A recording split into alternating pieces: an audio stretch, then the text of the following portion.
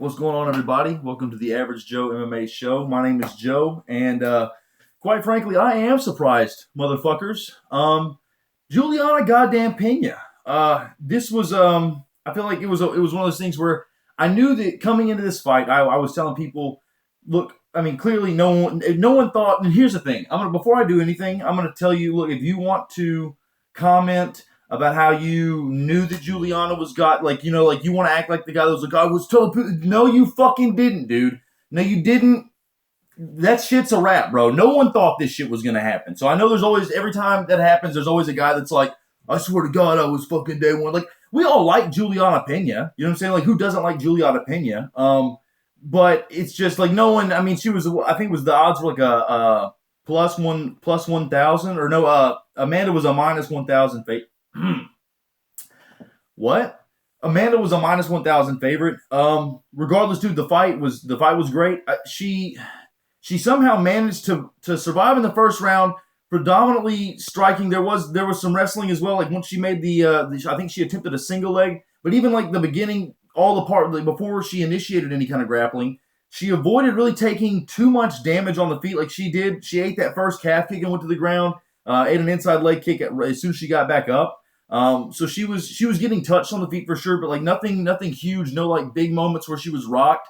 Was able to kind of survive. She went in for a single leg, and Amanda stuffed it, and she hip tossed her. And I was watching it with some homies, and we were just like, fuck, bro. You know what I'm saying? Like, we were talking, like, I remember saying, like, dude, that's got to be the most demoralizing thing, because you know there's no way you're out striking Amanda. And now your only hope of getting this fight to the ground, like now you're getting thrown, and you're like, now I'm being out grappled, because Amanda immediately, takes the back, and I mean, was on top, kind of dominated the rest of the round.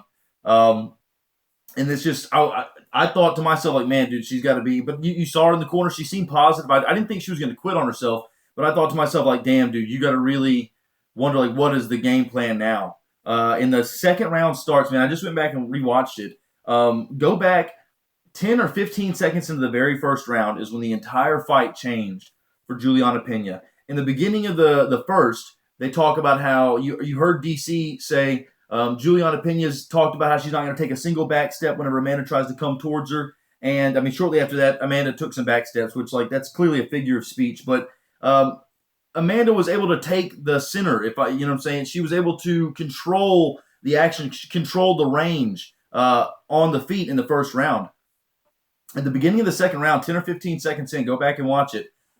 Juliana Pena times Amanda as she comes in. She times her and catches her with a jab. And it's a super stiff jab, and she's throwing it kind of odd, like she ducks her head down, and she really like gets a lot of reach out of it, and it's super stiff. And Amanda comes in, and she eats it right on the fucking chin.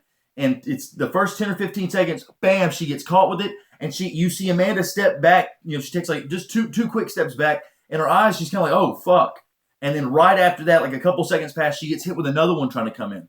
And after that, Juliana Pena starts taking the forward step. And from the rest of the round, Juliana is controlling the pace. She's got the center, and it's different. And now Amanda's having a fight off of her back foot, and she starts going into kind of like killer be killed mode. You know what I'm saying? She kind of loses the composure that's taken, that brute force that she had to kind of compose and fine tune to get her to the championship levels, to becoming the GOAT. And it seemed like she lost that. She kind of went back to day one. She went into a kind of panicky, really going for the kill. She was leaving herself out of position. And dude, watch it after. Like I'm telling you, that counter jab is the fucking punch that wins her the fight. She just catches Amanda every single time coming in. She is eating her with that left. She's eating shots too. She's staying in the pocket. She knows she has to take one to give one. And it's insane that she's taking them from Amanda. But because Amanda's having to fight off of her back foot, she's not even getting to hit her. She's not controlling the range the way she's normal. That's what makes Amanda's power so deadly. I mean, she hits like a fucking truck, but it's where she hits. Amanda doesn't hit crowded up. She doesn't. You'll see her catch girls at the end of her shots and just snap the head at the very end, right where there's just a little bit of bend left in the elbow, and just crack punch through girls' heads.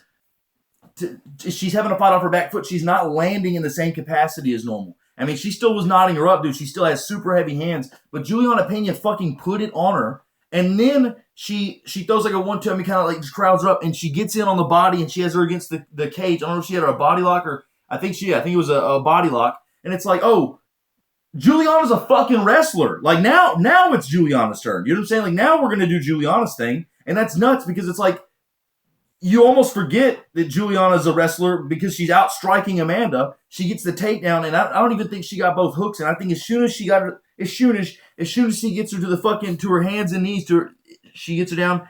She immediately sinks the choke in, and I think she's going to put the hook in, or the second hook in rather, while Amanda's tapping out, and that's fucking insane, man. It was super wholesome. I guess Mike Chiesa got drunk and tried to jump over the cage and split his eye open or some shit. I didn't really see that, but I've heard a lot of stuff about it. But either way, I saw a video of them crying in the backstage together. It was dope seeing her there with her mom and her daughter. And they're definitely gonna run that shit back. That's for sure the fight to make. Is the rematch, and you have to wonder is it a Buster Douglas Amanda wasn't taking her serious type thing? Amanda's got the daughter. There's a lot of stuff going on. I don't know, man. I don't think that's fair. I don't think to take anything away from Juliana is fair at all. She had a crazy. I knew that coming into this, Juliana wasn't favored to win for sure, but I knew she had a self-belief. That wasn't all that shit she was talking was not an act. You know what I'm saying? I could tell some people thought she was trying to fake the funk. Juliana believed that from day one. You know what I'm saying? She always thought Amanda was ducking her. I don't think Amanda's been ducking her, but Juliana, has that belief in her, and it showed, dude. It was dope. Super pumped for the rematch. That'll be cool to see, and it'll be interesting to see. If Amanda wins, they set up the trilogy. It's cool. It's just even if Pena fucking gets starts in the rematch, she gets pay-per-view points off of it. She'll be coming in as champion. So it's great for her, man. All good warm fuzzies for that, but you hate to see it happen to Amanda. Amanda, though, I will say handled the loss with super fucking all the class in the world. Didn't try to take anything away. She wasn't didn't try to blame a lack of preparation or anything like that. She's a real warrior. So good ups, big ups to both of them. In the main event, Dustin Poirier and Charles Oliveira, and these motherfuckers came at it with within the first 4 seconds. Charles Oliveira's throwing goddamn flying knees and shit. They keep clinching up. They're throwing a lot of dirty boxing. It was just a grimy round. A lot of strikes from both guys. And Dustin hurt him several times, dude. Hurt him a couple times with a fadeaway right hook he kind of caught him with. He caught him with a pull counter once or twice. And, several times dropped Charles, rocked him, had him slipping. Charles was still landing shots, though. It wasn't a one-sided round, but it was a clear-cut Dustin Poirier round. But Charles, man, kept throwing these teeps up the middle, these little toe kicks that you see that Conor used to throw a lot, and just hitting him in the fucking belly over and over again. And then whenever they were clinched up, Dustin was landing, he would get a tie clinch on Dustin, and Dustin would stand really tall and kind of rip uppercuts through the middle. And you'd see Charles kind of eating him, getting his head snapped, but the whole time he's throwing 2, 3, 4 fucking knees all to the ribs. And it's just those are just pennies in the piggy bank. And that shit just added up and added up and added up. The first round ended a clear Dustin Poirier round. But it seemed like he was kind of taking some breaths. And Dustin has a great gas tank. It's nothing like Dustin just didn't have cardio, but man, just getting sapped over and over again in the stomach. Plus to start with such a high pace, it kind of started to wear on him. The second round started. I don't remember exactly how they ended up on the ground initially, but I think I just remember there was a glove.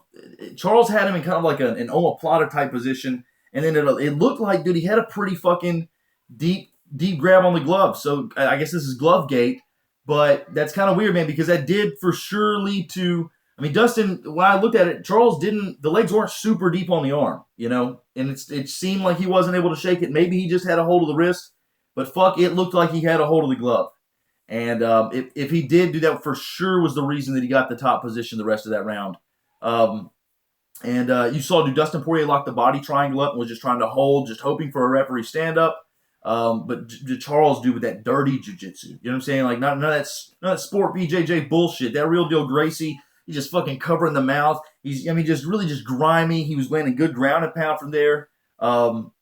Dustin just held on for dear life, and I think it was 3.5 or 4 minutes that he just had him in closed guard, kind of eating shots. Not just the hardest shots in the world. They're not knockout shots. And people think well, he should have been conserving energy there. But if you've never held someone closed guard, especially that tight, when you're kind of panic holding, the lactic acid that's building up in your legs is nuts, dude. So you get up from that, burnt out from trying to squeeze a guy, trying to hold a guy down, all the isometric tension, you're squeezing them with your legs, and you come into the second round, it sapped out from the body shots. Charles was even punching to the ribs from the top.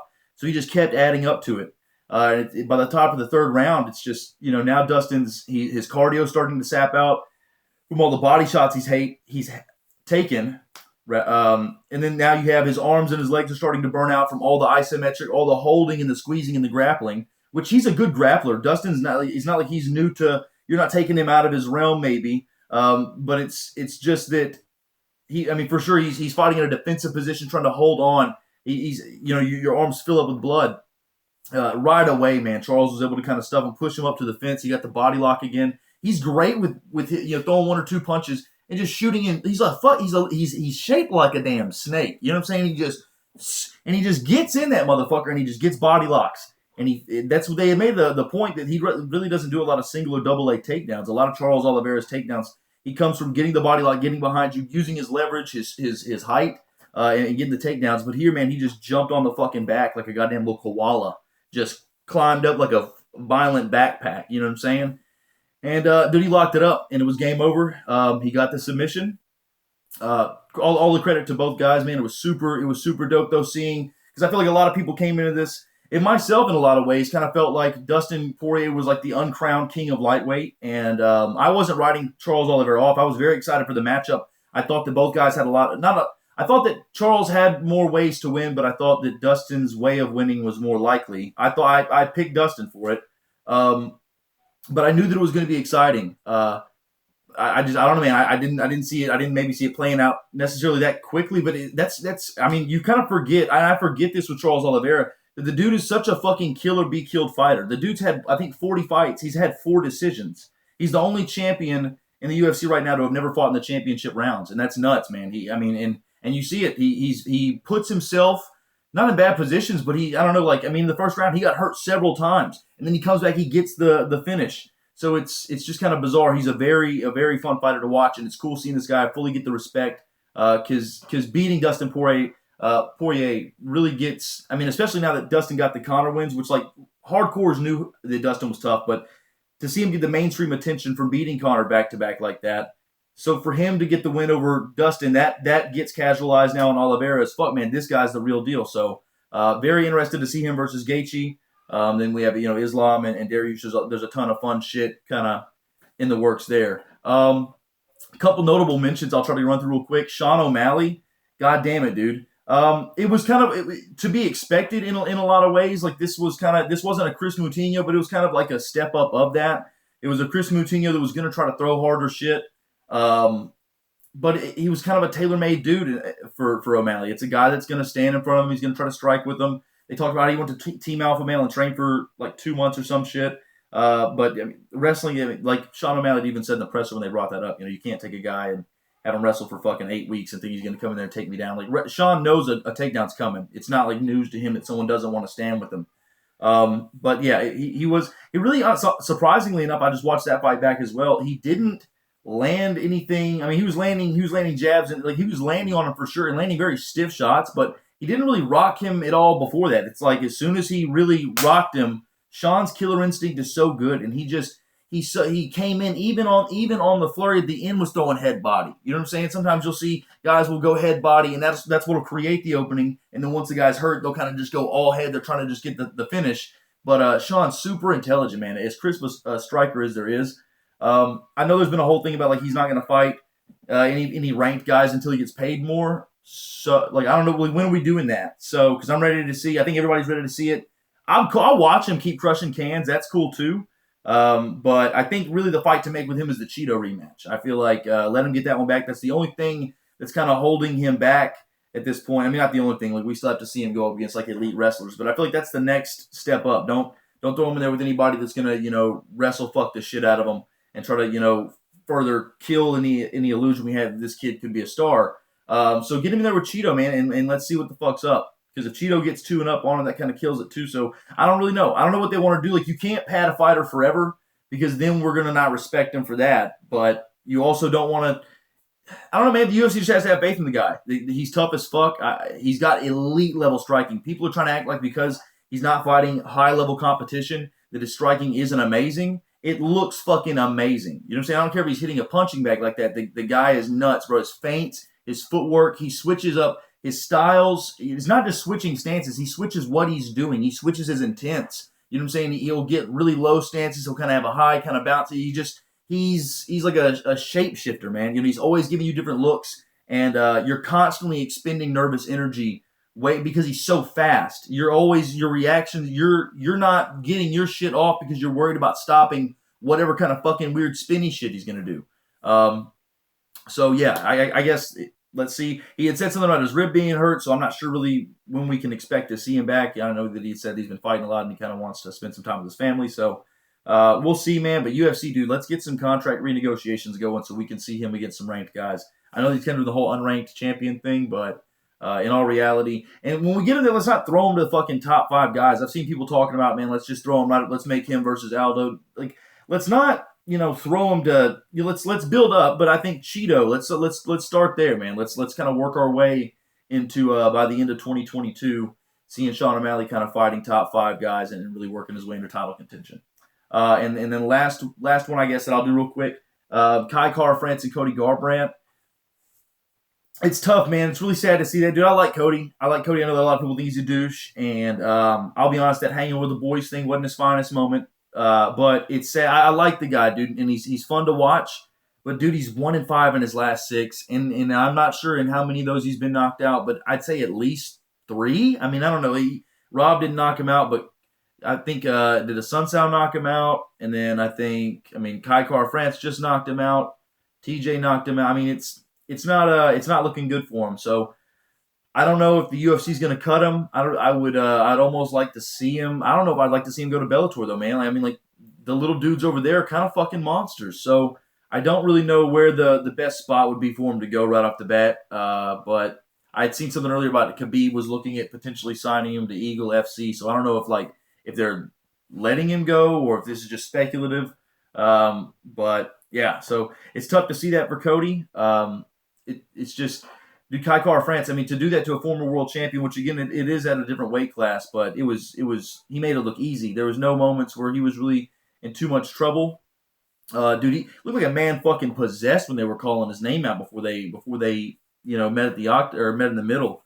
Dude, he looked like a young Diego Sanchez kind of. Anybody else think Blood looked like young Diego Sanchez? That dude was bulldogging, bro. So. And shit, man, the right hand was finding its mark. That he found. Dude, Cody's a dog, though. I'll give him that, man. Cody was rocked, gets back up, tries to run it off, gets fucking boop again, falls into the fence, like jumps back up, and Cody kind of back shuffles, goes back to the fence, and this motherfucker hits a little, and then in times a little fucking he switches off and he slips over. Like Cody was still sharp enough to make some shit happen. He was able to survive that, and then Kyle, I want to say he maybe landed another overhand right. He gets him up against the cage, overhand right. I think a 3 and then a 6, dude. I mean, it just folded him up. He didn't even fold him up from there. The 6 dropped Cody. Cody kind of fell forward, and Khar France big brothered him, dude. He grabbed like the back of his head as Cody was trying to get up, and just fucking hockey punching him, bro. And he hits him kind of like 2 or 3 of them. And as Cody kind of fully stood to his feet at least, and his head still leaned over, he hits a real hard one. And as he comes out of the fucking head grab, he fucking throws like a right hook and bombs him and drops him. And it was nasty, dude. He's got killer instinct, Khar France does. I guess, man, I don't know. Probably Brandon Royval would be the next match to make with him. I know that he's only lost 2 in the UFC, if I'm not mistaken. I think he's just lost to Royval and to Moreno. Clearly, Moreno's got things going on with Figgy. But yeah, I think that would be the next one. Royval's coming off of 2 losses, if I'm also not mistaken. So it's kind of a good. So I don't know. Maybe he wants to kind of jump over him, but I think that would be a good one to see him get back and see if Royval has his number and that can get him back on track. So either way, man, a ton of great shit, dude. A lot of wild shit. I just don't really have time to get into. Fucking Miranda Maverick getting upset and the Dominic Cruz fight. It was a great night of fights. Super fun one for the last pay-per-view, and we've kind of goddamn forgot because of all of this shit that's going on. It's Black Beast Fight Week, dog. Derek Lewis is fighting Saturday. So, man, hit me up in the comments, man. Let me know what you guys thought. What was your favorite fight of the night? Dana White fucking was throwing out money like probably he should more often, if we're being honest here. But regardless, dude, Dana was happy. A lot of people were pumped about this, and a lot of people got some fucking stacks over it. So, great night of fights. Very excited for the fights coming up this Saturday. Let me know what you guys' predictions are for the upcoming fights. I know I've been talking about a Q&A video for a minute. I'm going to drop one of those soon. So send me some more questions on Snapchat or in the comments here. Until next time, man, y'all take it easy.